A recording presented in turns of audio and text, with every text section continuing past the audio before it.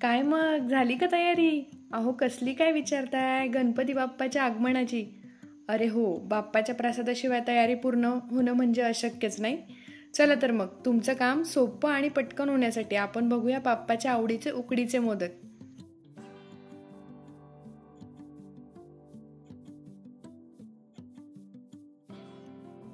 सारणासाठी मी 2 वाट्या ओल्या नारळाचा कीस घेतलाय आणि 1 वाटी गूळ बारीक केलेला घेतलाय. 1 चमचा खसखस घेतली आहे, 2 वेलची, 1 चमचा तूप, काजू बदामाचे तुकडे. आता कढईमध्ये 1 चमचा तूप घालायचं आहे.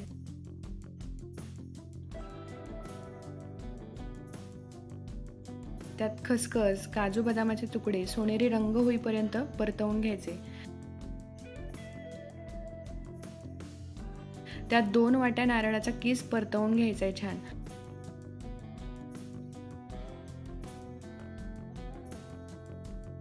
आणि त्यातच 1 वाटी गूळ घालून हे सारण छान शिजवून घ्यायचे.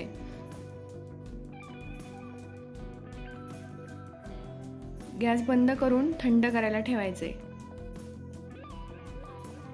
आता आपण उकड बनवून घेऊया. यासाठी 1 वाटी तांदळाची पिठी घेतली आहे, 1 वाटी पाणी घेतले, अर्धा चमचा साखर, अर्धा चमचा मीठ, 1 चमचा तूप किंवा लोणी पण घेऊ शकता. आता एका जाड बुडाच्या कढईमध्ये 1 वाटी पाणी घालून घ्यायचे. त्यामध्येच मीठ, साखर, तूप किंवा लोणी काय असेल ते.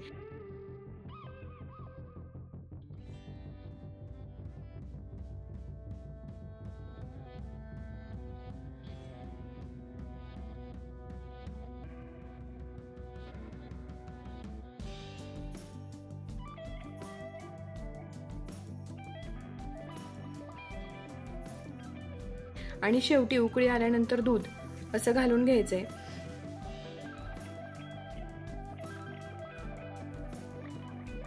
छान उकळी आली की त्यामध्ये तांदळाची पिठी घालून मिक्स करून घ्यायचंय आणि त्यावर प्लेट ठेवायची आहे. ती प्लेट 10 मिनिटांसाठी ठेवायची. 10 मिनिटं वाफ काढून घ्यायची आहे.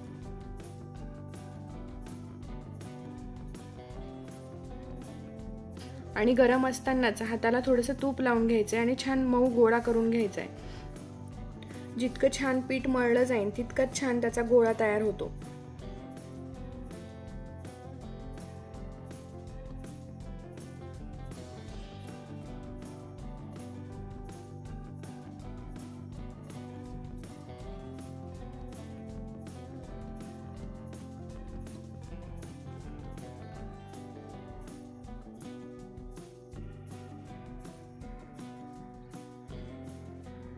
आता आपण मोदकाचा साचा घ्यायचा आहे. साच्याला तूप लावायचंय.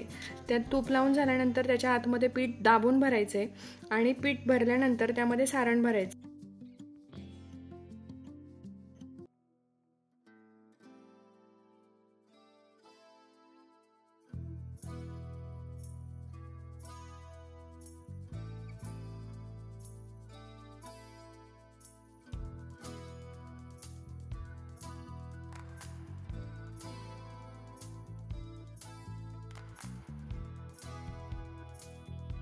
अगदी अलगद हाताने तो मोदक काढून घ्यायचा आहे आणि अशा पद्धतीने तुम्ही 11-21 काय हवे तेवढ्या प्रमाणात मोदक बनवून घेऊ शकता.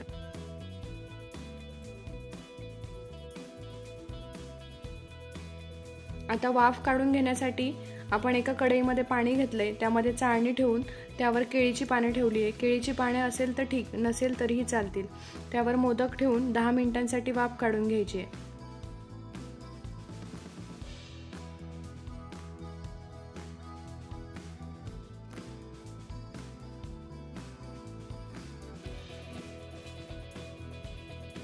आणि अशा पद्धतीने आपले उकडीचे मोदक तयार आहेत.